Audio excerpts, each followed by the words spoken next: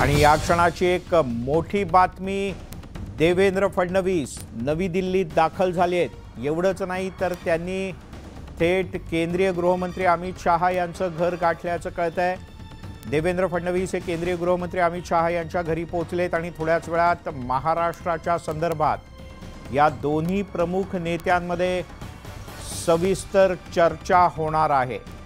देवेंद्र फडणवीस यांच्यासोबत राहुल नार्वेकर आणि रावसाहेब दानवे सुद्धा नवी दिल्लीत पोहोचलेत आणि थोड्याच वेळात अमित शहा हे सुद्धा पोहोचतील। प्रशांत लीला रामदास आपले प्रतिनिधी आपल्यासोबत आहेत। प्रशांत, मिलिंद, अमित शहा यांच्या कृष्ण मेनन मार्गावरती थोड्याच वेळामध्ये देवेंद्र फडणवीस दाखल होतील अशी शक्यता व्यक्त केली जात आहे।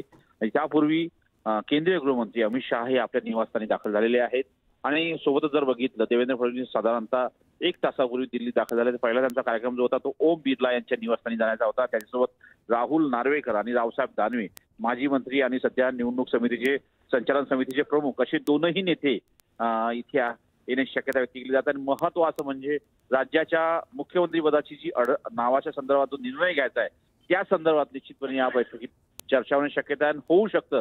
या बैठकीनंतर जे मुख्यमंत्री पदाचा चेहरा कोण असेल याचं चित्र स्पष्ट होण्याची शक्यता आहे।